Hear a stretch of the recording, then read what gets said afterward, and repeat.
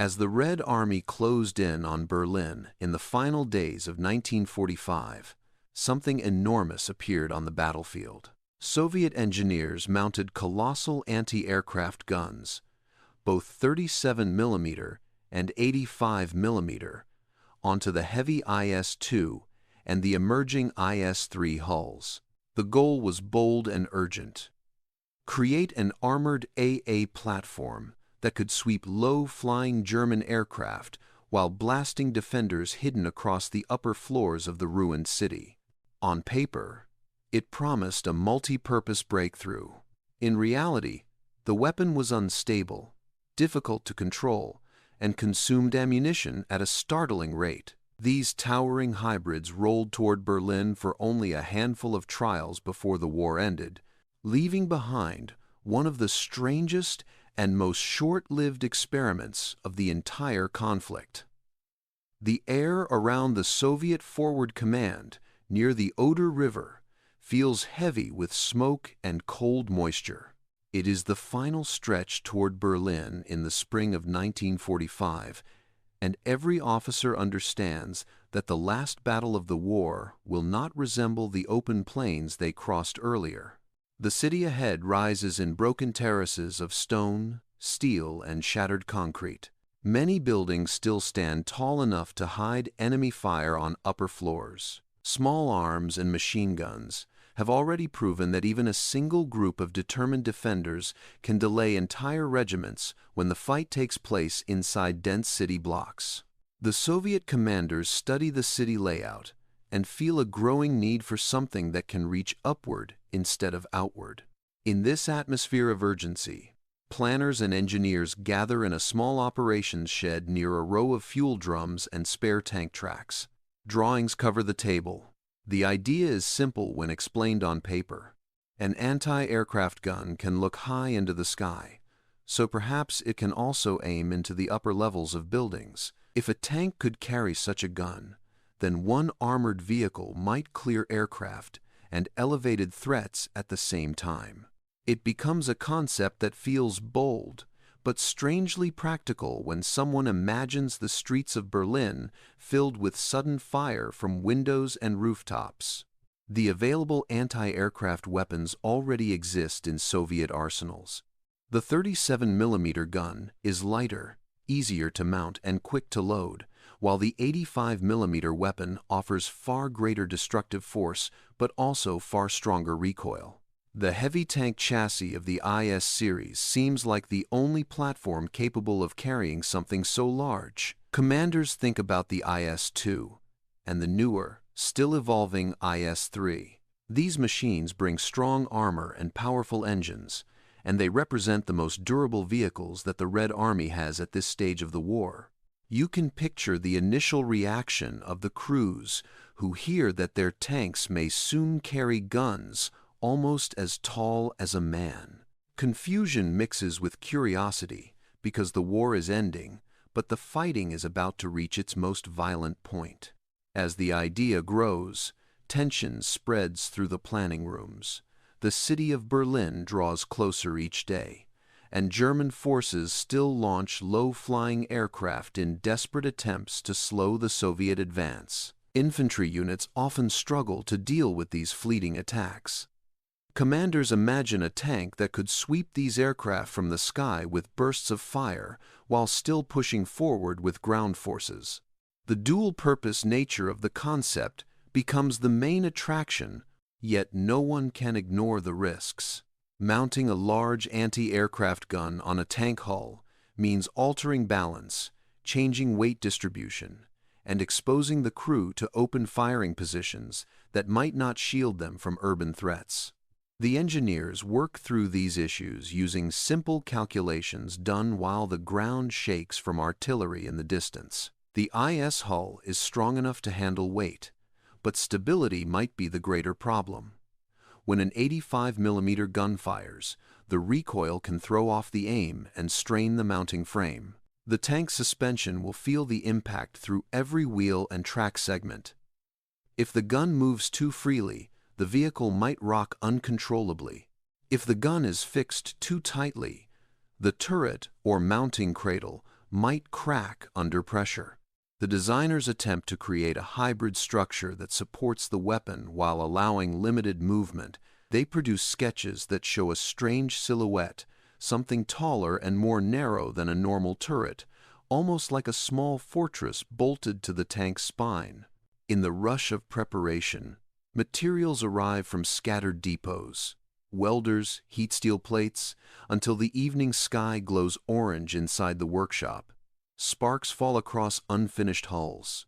The smell of oil, hot metal, and paint mixes with the damp air outside. Soldiers carry ammunition boxes to test how the weight might affect the final build. The atmosphere feels like a race against time, yet there is a sense of curiosity as well, a feeling that they are constructing a machine that belongs only to this moment in history. You can imagine running your hand along the cold steel of the prototype hull, knowing it may be sent directly into one of the most dangerous environments of the war. The engineers soon realize that mounting an anti-aircraft gun is only part of the problem. Ammunition consumption becomes another concern.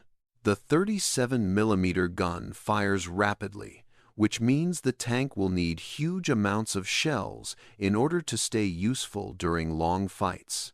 The 85mm weapon uses large, heavy rounds that are difficult to store in any significant quantity without crowding the crew compartment. Each choice introduces a new weakness. A lighter gun limits firepower against fortified positions. A heavier gun reduces ammunition capacity and stability. Doubts form quietly among the design teams as they begin to see that solving one issue often makes another worse. Still, the project continues. The Red Army cannot wait for perfect equipment. The Berlin operation is imminent, and any potential advantage might save lives during the first push into the city. Planners decide to assemble a small number of prototype vehicles to evaluate their behavior in controlled tests. This marks the earliest transition from idea to reality. The machines take shape slowly. The towering gun mounts rise above the hulls. Steel braces form around the base to absorb recoil. Ammunition racks are rearranged to fit the new layout. The IS hulls now look unfamiliar, like creatures grown in a mechanical forest where survival depends on height and strength. Crew members rotate through training sessions without fully understanding what they will face. They climb into the new vehicles and feel the weight of the gun pressing down through the steel. Their hands rest on unfamiliar controls. Their eyes adjust to strange angles of sight created by the elevated weapon. They sense that the machine is not just a tank, but a tool built for a narrow, dangerous role. As Berlin looms in the distance, the presence of these prototypes introduces a quiet tension. No one knows whether they will help or hinder the final push. The first order for movement arrives when the front stabilizes briefly along the river. The prototypes must be prepared for initial trials. Engines start with deep vibrations. Exhaust smoke spills across the yard and mixes with the cold morning air. The machines line up and wait for instructions. This final moment closes the chapter of planning and begins the next stage of uncertainty. Every engineer watches with a mixture of pride and nervous expectation. Each crew member listens to the groaning weight of the new guns as the tanks crawl forward. The experiment is now committed to the front, carrying its risks and promises toward the edge of Berlin. The prototypes move from planning tables into the rough hands of the field workshops that support the final approach to Berlin. These workshops sit near muddy roads where trucks pass constantly with fuel, rations, and spare parts. Mechanics work under roofs made of corrugated sheets that shake each time heavy artillery echoes across the river. Inside these makeshift spaces, the IS hulls wait like patient steel animals, each one stripped of its usual turret and fitted with temporary braces for the new anti-aircraft guns. The atmosphere is busy and tense, filled with clanging metal, shouted instructions, and the steady hum of welding machines. Every worker knows that the pressure of the Berlin timeline leaves no room for hesitation. The 37mm gun is the first weapon tested on the hull. It is smaller and easier to manipulate. Crews lift it with a crude crane made of beams and chains. They test its travel from left to right and find that it moves well enough when the vehicle stands on level ground. Engineers step back and observe the shape of the machine as if studying a strange creature with its head raised to the sky. The silhouette is tall and unusual, yet it suggests new possibilities. The gun has speed, which is essential when trying to track fast-moving aircraft near treetops or rooftops. However, the mount needs reinforcement because the hull flexes slightly when the weapon moves too quickly. The 85mm gun arrives next. Its barrel rests on a long transport cradle, and the weight requires several men to guide it into position. The weapon feels oversized the moment it touches the hull. The steel plating of the tank seems strong enough, but the moment the gun is lowered into place, the suspension compresses more than expected. A quiet sense of doubt spreads among the workers. They reinforce the mounting ring with thicker support beams. They add extra welds that glow bright white under the workshop lamps. The IS hull tries to accept the burden, but the balance shifts in a way that suggests future trouble. You can picture the scene clearly. A war machine built for forward power now carries a tower that strains the very bones of its structure. Once the guns are fitted, attention turns to ammunition. Boxes of shells line the workshop floor. The 37mm rounds come in high stacks that promise rapid use. The 85mm shells appear in shorter rows because each shell is almost as tall as a man's forearm and far heavier. Crews lift them onto the tank to test storage patterns. The interior fills quickly, leaving little room for movement.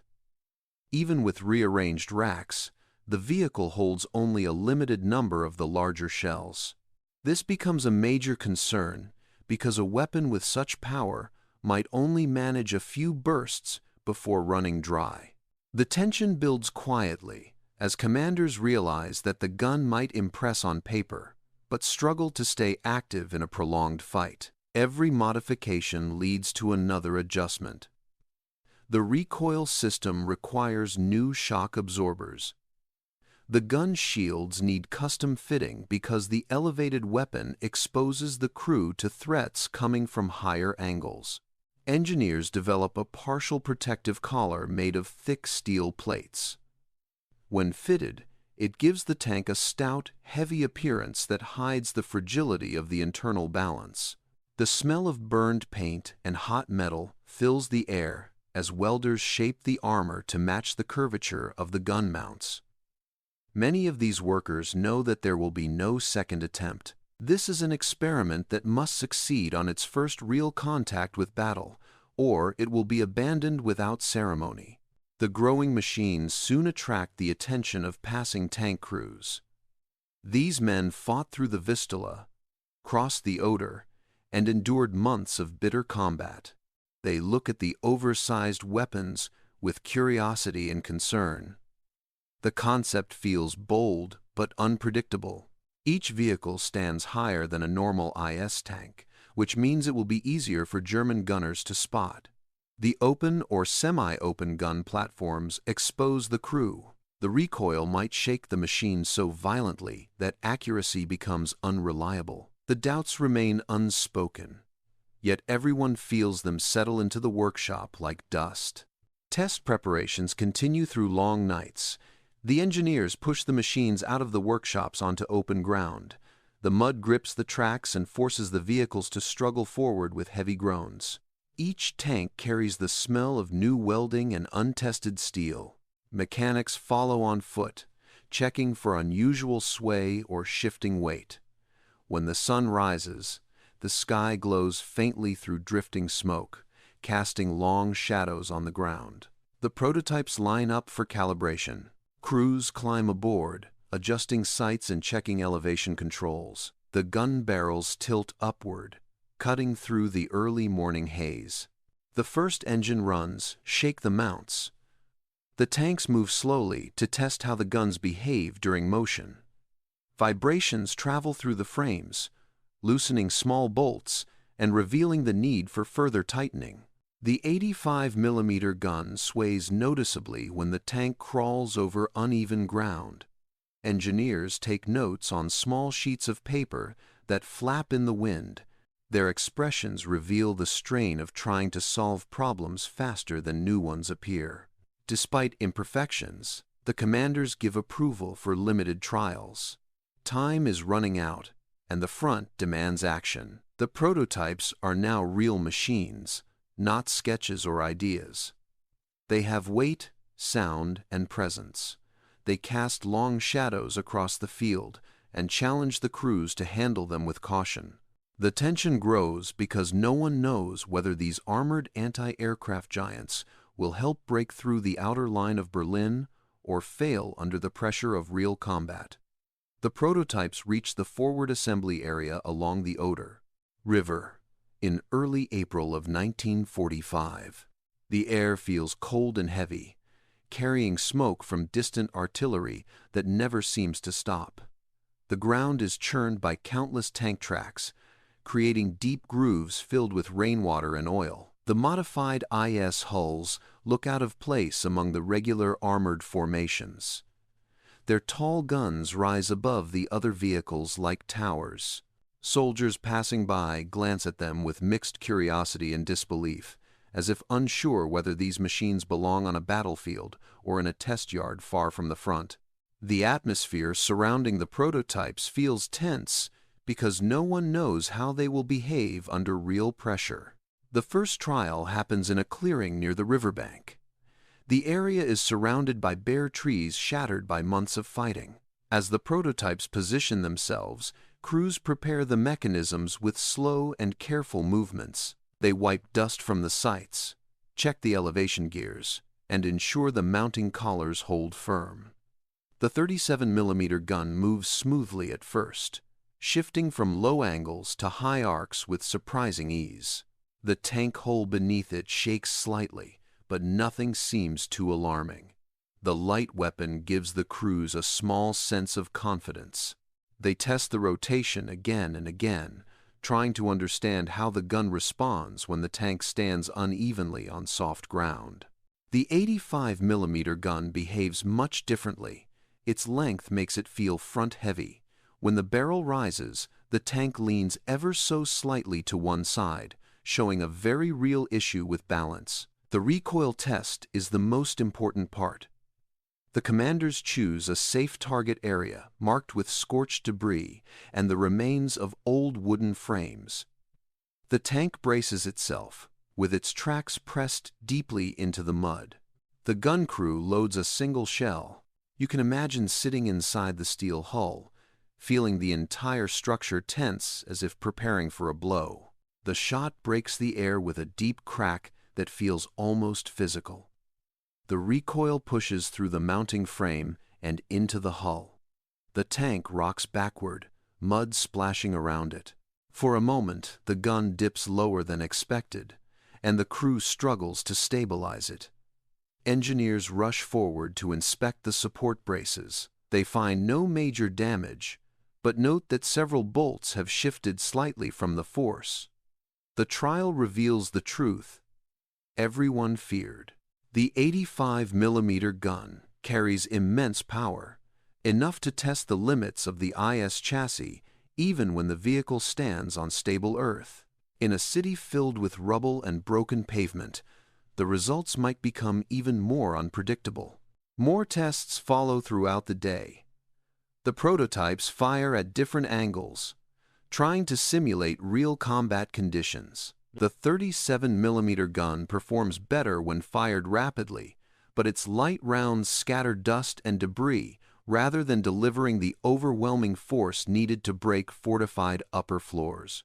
The 85mm weapon tears apart whatever it hits, leaving craters and shattered beams. Yet each shot drains ammunition that the tank can barely store.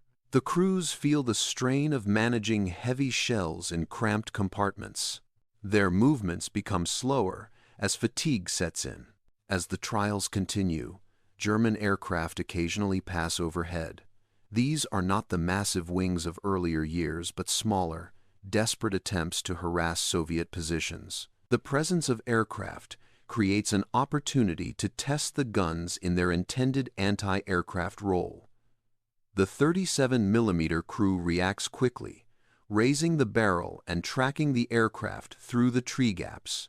When they fire, the recoil feels manageable. The rounds streak upward, leaving thin trails of smoke. The aircraft turns away long before they can see whether a hit was made. Still, the crew gains a sense of how the weapon behaves in motion. The 85mm gun tries the same maneuver, but the process immediately reveals its weakness. The elevation is slow. The traverse feels tight. The recoil would be overwhelming if fired upward at a moving target. The barrel dips slightly with every change in direction. The tank beneath it vibrates whenever the mechanism struggles against its own mass. The trial confirms that the larger weapon is powerful but difficult to control in moments that require speed and precision. When evening comes, the prototypes retreat from the clearing. The sun sets behind the smoke-filled horizon, turning the river into a dull mirror of orange and gray. The crews climb out of the tanks with tired expressions. Their uniforms carry dust and grease. They discuss nothing out loud, but their movements show a mixture of frustration and determination. The engineers gather their notes and review the results under dim lantern light. The findings show progress, but also clear risks. The lighter weapon seems usable, but limited. The heavier one brings devastating firepower, but threatens the tank's stability whenever it fires. Commanders study the reports and weigh the options. Berlin grows closer each hour. Infantry units prepare for street fighting that might reach the upper levels of apartment blocks, government buildings, and reinforced corners. The prototypes offer a possible advantage, even if imperfect. The order arrives for the machines to move with the second wave approaching the outskirts of Berlin. They will not lead the initial assault, but support pushes where enemy fire from elevated positions slows the advance. As dawn approaches, the prototypes wait near the forested edge of the Soviet staging area. Their engines rumble softly. Exhaust forms thin clouds in the cold morning air. The river behind them reflects the faint light of the rising sun. Ahead lies the broken path toward the capital of the collapsing German Reich. The trials have shown both promise and danger. Now the real test will come inside a city filled with rubble, smoke, and desperate defenders. The first Soviet push into the outer districts of Berlin begins in mid-April of 1945. The city ahead feels like a living maze of broken streets and collapsed buildings. Thick smoke rises from burning fuel stores and shattered tram lines. The prototypes move behind frontline infantry and standard tanks, waiting for an opportunity to use their special weapons. Their tall barrels make them easy to spot among the armored columns. They look like moving towers among low, rumbling machines. The ground shakes under constant shelling, and the air carries dust that settles on every surface. The crews inside the modified tanks feel the rising tension because they know that the battlefield no longer resembles the open fields where tanks usually dominate. As the columns advance, German defenders fire from several levels at once. Machine guns spit from windows. Panzerfaust shots streak from alleys. Mortar rounds slam into crossroads. The first challenge comes when Soviet infantry struggles to suppress fire from the upper floors of a damaged apartment block. Standard tank turrets cannot raise their guns high enough to silence the hidden shooters. Infantry take cover behind walls and fallen beams. Commanders signal for the experimental vehicles to move forward. The presence of these tall gun tanks suddenly feels justified, at least for this moment. A prototype with the 37mm weapon takes the lead. Its crew steadies the hull on the uneven pavement. The gun rises high toward the building's third and fourth floors. The weapon fires in quick bursts, Shells pierce windows and send clouds of dust and debris outward. Chunks of concrete fall from the facade. The ability to aim upward becomes useful in a way that planners imagined weeks earlier, yet the effectiveness is mixed. The rounds scatter widely, tearing walls but not always eliminating the threat. When the weapon fires too fast, the hull shakes, and the crew struggles to maintain a clear line of fire in the narrow street. Farther back, the larger 85mm gun waits for a chance to strike a fortified corner building where German troops have built a strong position. The heavy weapon rotates slowly and lifts toward the upper floors. The tank positions itself near a collapsed tram line to gain stability. When the shot comes, it echoes across the entire block. The upper floors explode outward, sending bricks and wooden beams raining down onto the street. Infantry cheer quietly in relief, but the tank crew feels the dramatic impact through every bolt and brace.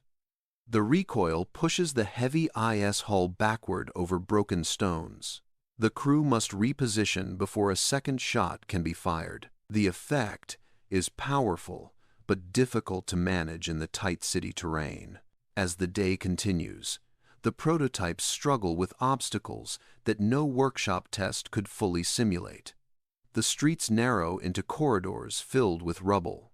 Piles of brick, twisted metal, and fallen streetcars make maneuvering difficult. The tall guns scrape against leaning walls if the tank turns too sharply. German artillery occasionally targets the unusual vehicles simply because their towering silhouettes stand out among the crowd. The crews feel exposed because their elevated positions reduce protection.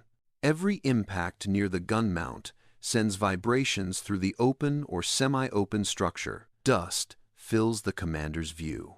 The air threat becomes another test.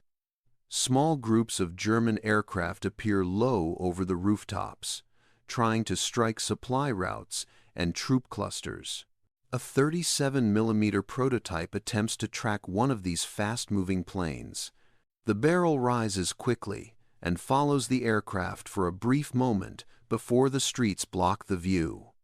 The crew fires several bursts, sending tracer lines upward. The plane changes direction and disappears behind a smoke-covered district. The tank's mobility proves too limited in the narrow streets for proper anti-aircraft tracking. This confirms another truth. The city environment restricts the very purpose the guns were meant to fulfill. The heavy gun fares even worse in this role. It can barely move fast enough to follow anything in the sky. The elevation angle is steep, but the traverse is slow.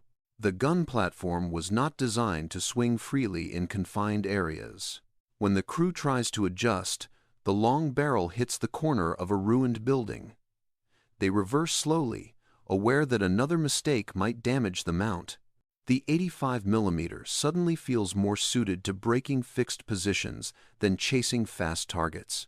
Despite these issues, the prototypes continue to assist infantry in areas where upper floor defenses slow the advance. Their high-angle fire forces defenders to relocate or abandon their positions. At several intersections, the tall guns deliver suppressive bursts that allow Soviet assault groups to cross streets that would otherwise be blocked by machine gun nests. Yet each action drains ammunition faster than expected. The tanks cannot store enough rounds for extended engagements. Crews must withdraw often to resupply, leaving gaps in support during critical moments. As teams attempt to keep the machines active, more weaknesses emerge. The tall structures make them harder to conceal. German gunners detect their silhouettes through smoke and debris.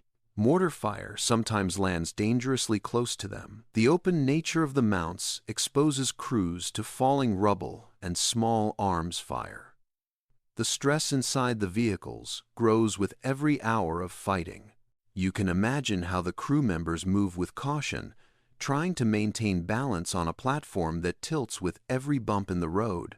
By the time night approaches, the prototypes reach an inner district where the streets twist sharply and buildings lean inward from previous bombardments.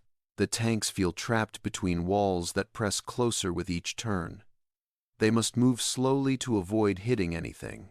Their tall barrels turn them into targets whenever moonlight breaks through the smoke. The battle now resembles a test of endurance between weapon design and the unpredictable nature of urban warfare. The fighting inside Berlin grows more intense as Soviet forces push deeper into the central districts during the final days of April in 1945. Every street becomes a battlefield wrapped in smoke, falling brick, and the echo of constant gunfire. The prototypes now operate in sectors where resistance stiffens.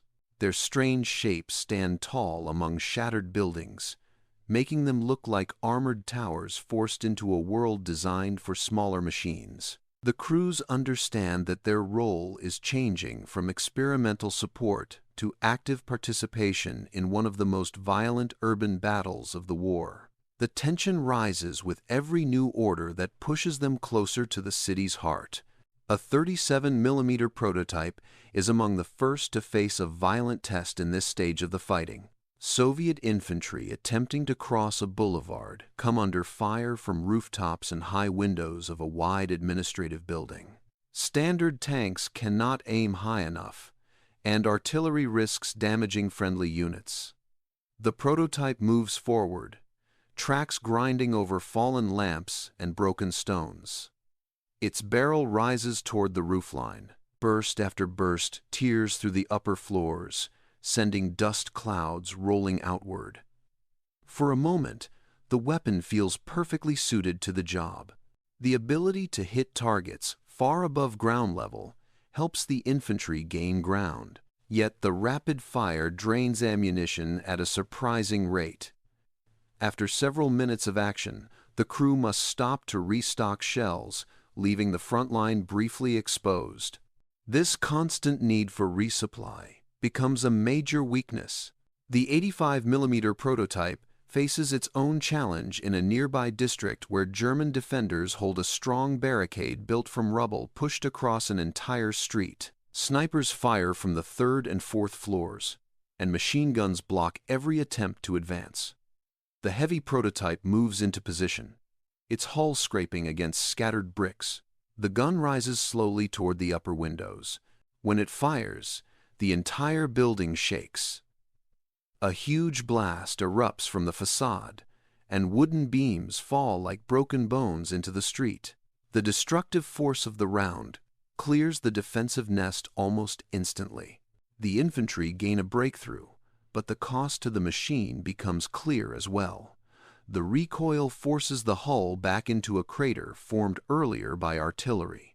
The shock rattles every bolt around the gun mount. Mechanics later find stress marks along the braces. As the fight expands deeper into Berlin, the prototypes are pushed to their limits. They are called repeatedly to assault strongpoints where German units attempt to slow the Soviet advance. One tank with a 37mm gun spends hours firing at elevated enemy positions along a rail line. Smoke thickens around the vehicle until the crew can barely see. Heat builds inside the mount. Metal turns warm to the touch. The hull vibrates so often that the crew begin to fear structural fatigue. Ammunition stores empty again and again, forcing the tank to retreat for resupply runs that feel longer each time. Each return trip exposes it to mortar fire and scattered snipers who target anything moving in the open. The 85mm prototype suffers under even more extreme strain. Its shells are large and heavy, and the crew must handle each one with effort while under constant threat. In one engagement, the crew attempts to fire 2 rounds in quick succession to collapse a fortified corner building. The first shot shakes the entire mount. The second comes shortly after, and the recoil nearly throws a loader off balance inside the cramped compartment. The gun mount shifts slightly from the force. The tank must stop firing until engineers can inspect the structure. The potential for catastrophic mechanical failure becomes a constant fear. Enemy fire focuses increasingly on the prototypes. Their tall silhouettes stand above the rubble, making them attractive targets. German anti-tank teams attempt to strike them with Panzerfausts, hoping that the lack of a fully enclosed turret will create vulnerabilities. Some hits strike the armor plate near the gun shields, leaving scorch marks and dents. The crews feel the danger more intensely with each close call. They know that their elevated position gives them power, but also strips them of some protection. Their hearing becomes dulled by the constant roar of their own weapons and the nearby explosions that echo between the buildings like thunder trapped in a cage. The city environment harms the prototypes in other ways as well. The mounts collect dust and debris from collapsing structures. Broken glass rains down on the open platforms when upper floors crumble. Rubble sometimes tumbles directly onto the rotating bases, forcing the crews to stop and clear the machinery by hand. The heavy barrel of the 85mm weapon frequently scrapes against leaning walls when navigating narrow turns. Every contact with the surrounding buildings risks bending or damaging the mount. Yet the prototypes continue their tasks. There are moments when infantry move more confidently because a tall-gunned vehicle stands behind them. The psychological effect matters. German defenders often reposition or withdraw when the vehicles appear. A single burst from the 37mm gun can silence a nest of resistance. A single shot from the 85mm weapon can collapse a fortified section entirely. But these moments of success come with heavy costs.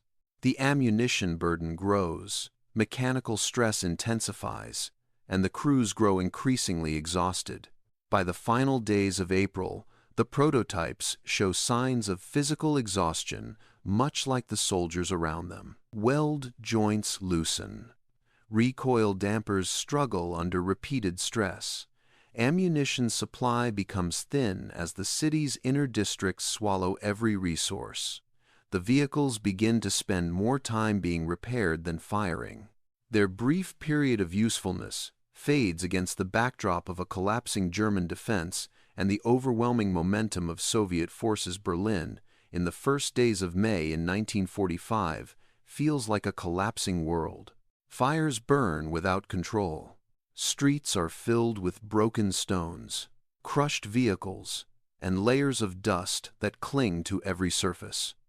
The prototypes continue moving toward the inner districts, but their strength is fading quickly. They were never meant for long missions or extended fighting.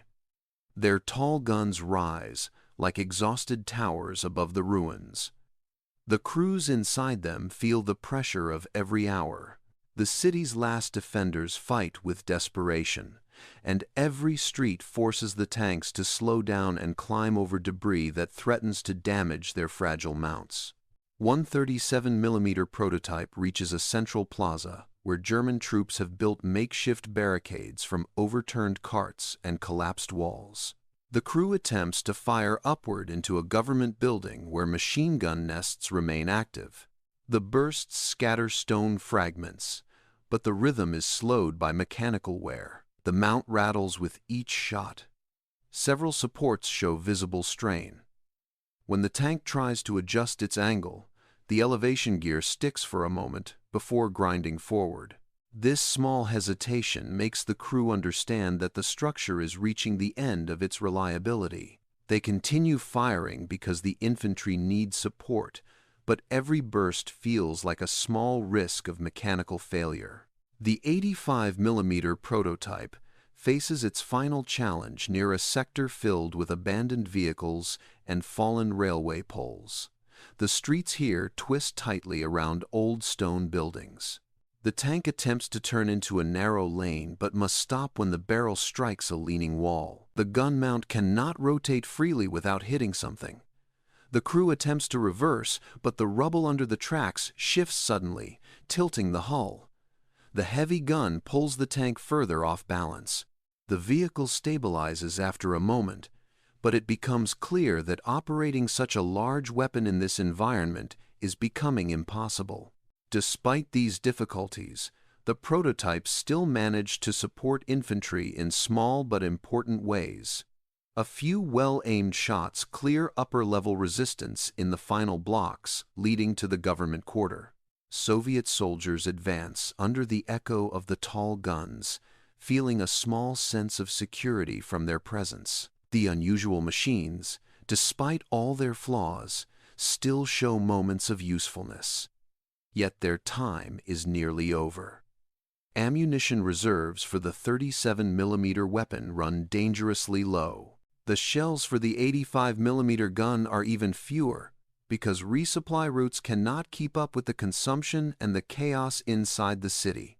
As the German defense collapses further, the need for high-angle fire decreases. Many defenders retreat underground or surrender. The prototypes now sit in streets where their role becomes unclear. They cannot move quickly. They cannot store enough ammunition for new engagements. Their structural wear grows visible. Welds along the heavy mounts show cracks that widen with each vibration. The braces that hold the 85mm gun begin to sag slightly under constant strain. Mechanics attempt to repair the damage, but they work with limited tools and little time. The city is falling, and most resources go to infantry and artillery units pushing toward the last pockets of resistance. When the Soviet flag rises over the ruined city center, the prototypes stand silent in their scattered positions. Their engines cool slowly. Smoke drifts around them. Their barrels point toward the sky or toward fractured buildings, as if frozen in the moment when the last shots were fired. The crews step out with relief and exhaustion. Dust covers their uniforms. Some stare at the machines they operated and sense that they may never see such designs again. The war for Berlin is effectively over, and the unusual machines have served their short and difficult purpose. In the days after the fighting ends, engineers begin inspecting the vehicles with a practical eye. They note the structural damage, the wear on the mounts, the danger created by repeated recoil, and the logistic strain caused by ammunition. Reports are written, but carry an unspoken conclusion.